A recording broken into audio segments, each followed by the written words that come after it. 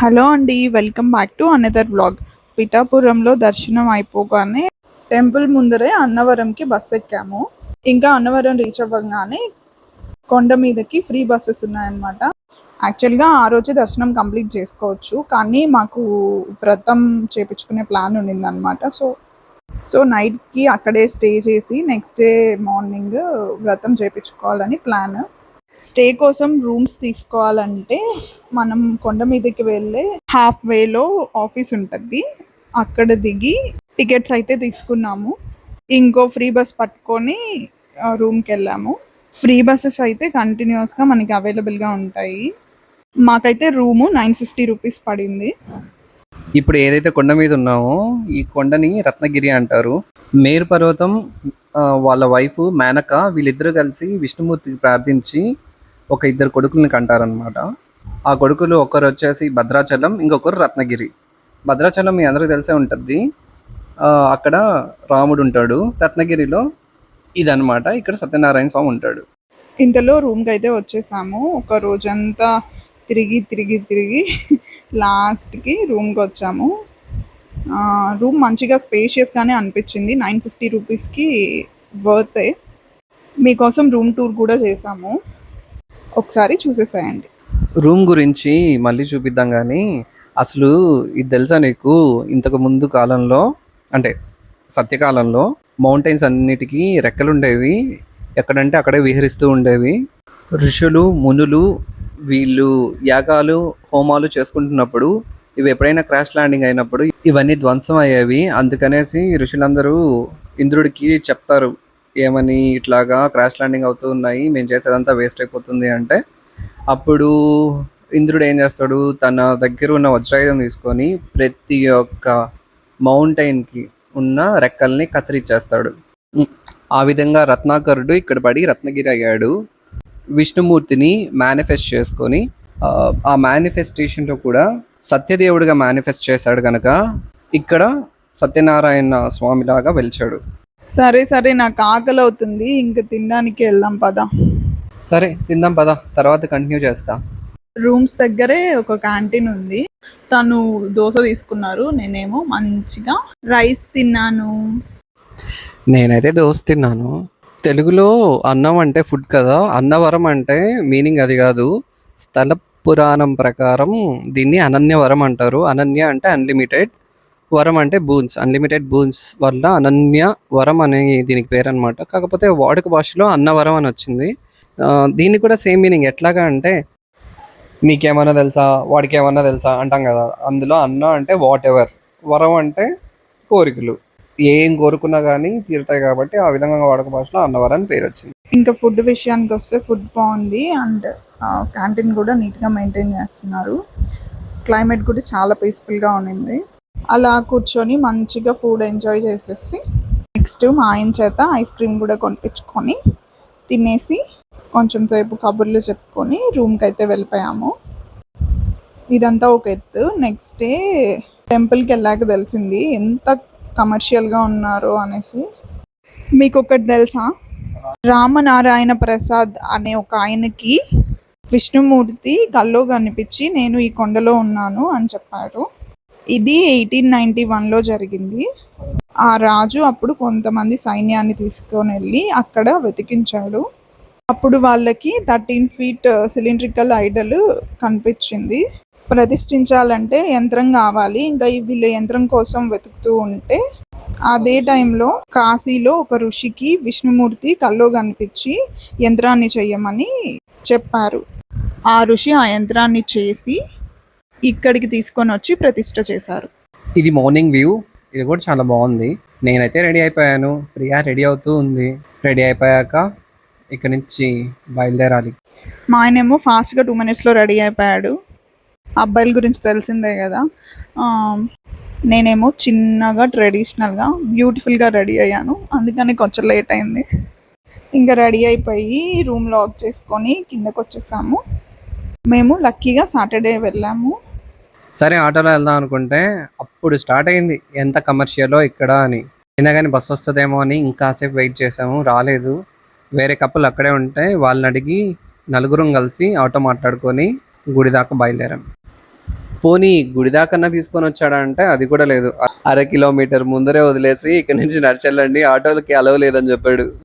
ఇదిగో కనిపించేది సత్యనారాయణ స్వామి గుడి గోపురం. మేము ఆన్లైన్లో టికెట్స్ బుక్ చేసుకున్నాము.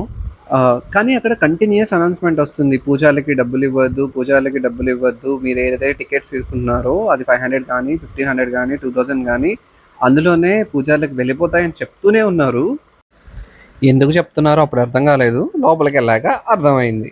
ఇక్కడ నుంచి ముందుకు వెళ్తే మనకి సండైలు కనిపిస్తుంది, ఆ తర్వాత రామ లక్ష్మణ టెంపుల్ కనిపిస్తుంది, ఆ తర్వాత మనం టెంపుల్ ఎంట్రన్స్లోకి వెళ్తాము.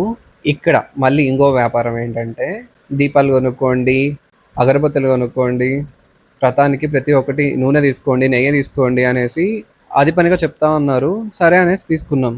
చెప్పులకి ఒక పేమెంట్, ఫోన్లకి ఒక పేమెంట్, కోకోనట్స్ 6 వ్రతానికి 6 కోకోనట్స్ కావాలి అని చెప్పేసి ఆ 6 కోకోనట్స్ ఒక ప్యాకేజ్ లాగా అదొక పేమెంట్. సరే బోర్డులు ఎందుకు అప్డేట్ చేయలేదు అంటే ఎప్పుడో బోర్డులు, మేము అవి మార్చుకోలేదు అనేసి చెప్తున్నారు. సరే అవన్నీ ఎందుకు కానీ మనం గుడి గురించి మాట్లాడుకుందాం.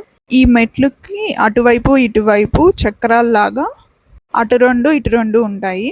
అంటే ఈ గుడి కన్స్ట్రక్షన్ ఒక రథం లాగా డిజైన్ చేశారు. మేము అన్నవరంకి రావడము ఇదే ఫస్ట్ టైము. సో మొబైల్ పెట్టేశాము. టికెట్ ప్రైసుల్ని బట్టి వ్రతం జరిగే ప్లేసెస్ కూడా మారుతాయి. మేము ధ్వజస్తంభం దగ్గరలో ఉన్న ఒక హాల్లో వ్రతం చేయించుకున్నాం. ఒక్కొక్క కపుల్కి ఒక్కొక్క పూజారిని అసైన్ చేశారు. వాళ్ళు వచ్చి సంకల్పం చెప్పించారు. తర్వాత వ్రత విధానము కథ మాత్రం గ్రూప్గా ఒక్క పూజారి అందరికీ కలిపి చేయించేశారు. వ్రతం చాలా బాగా జరిగింది. దర్శనం కూడా చాలా బాగా జరిగింది. తర్వాత అక్కడ నుంచి బయటకు వచ్చి ఇక్కడ లోకల్గా వర్క్ చేసే వాళ్ళతో మాట్లాడుతూ ఉన్నాము. శివలింగంకి పైన తొడుగేసేస్తున్నారు లోపల. అదే లింగం లేకుండా పైన తొడిగేసేస్తారు.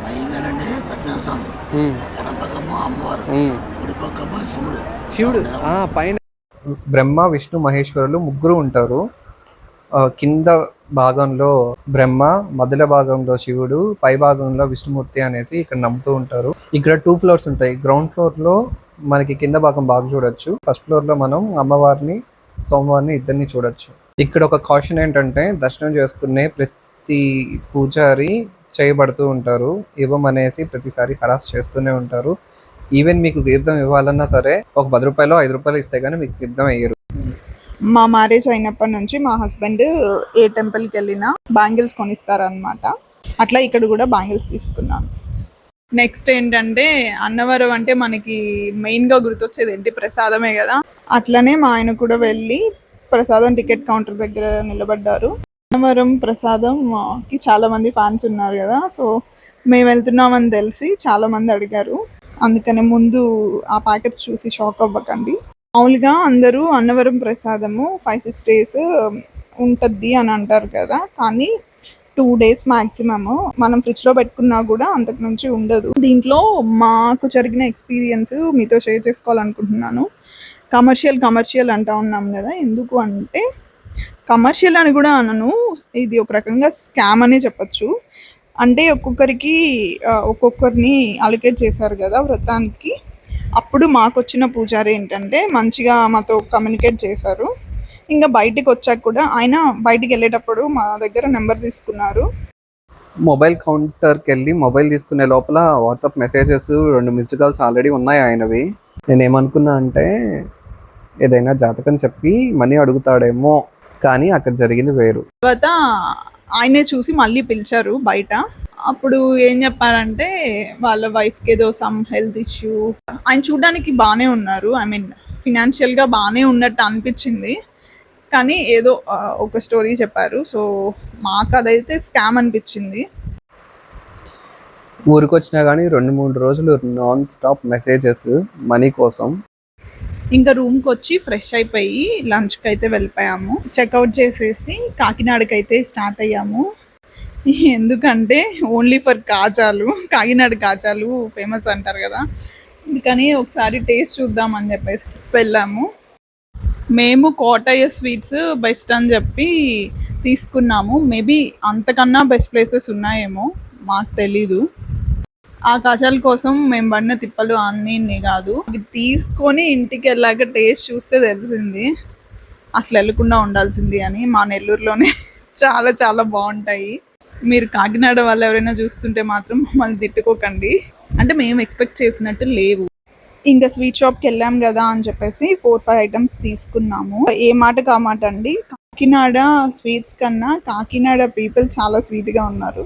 వచ్చే దారిలో కొంతమందితో మాట్లాడాము అనమాట. దాంట్లో ఒక ఆంటీతో మాట్లాడాము, ఆమె చాలా స్వీట్గా మాట్లాడింది. ఇంకొకరు అయితే రైల్వే స్టేషన్కి అడ్రస్ అడిగితే డ్రాప్ చేస్తామని అడిగారు. సో అంత స్వీట్ ఉన్నారనమాట. So we are interest. ఇంకా ట్రైన్లో నెల్లూరుకి రిటర్న్ అయిపోతున్నాము. ఈ వీడియో మీకు ఇన్ఫర్మేటివ్గా అనిపిస్తే లైక్ చేయండి, షేర్ చేయండి, సబ్స్క్రైబ్ చేసుకోండి. బాయ్.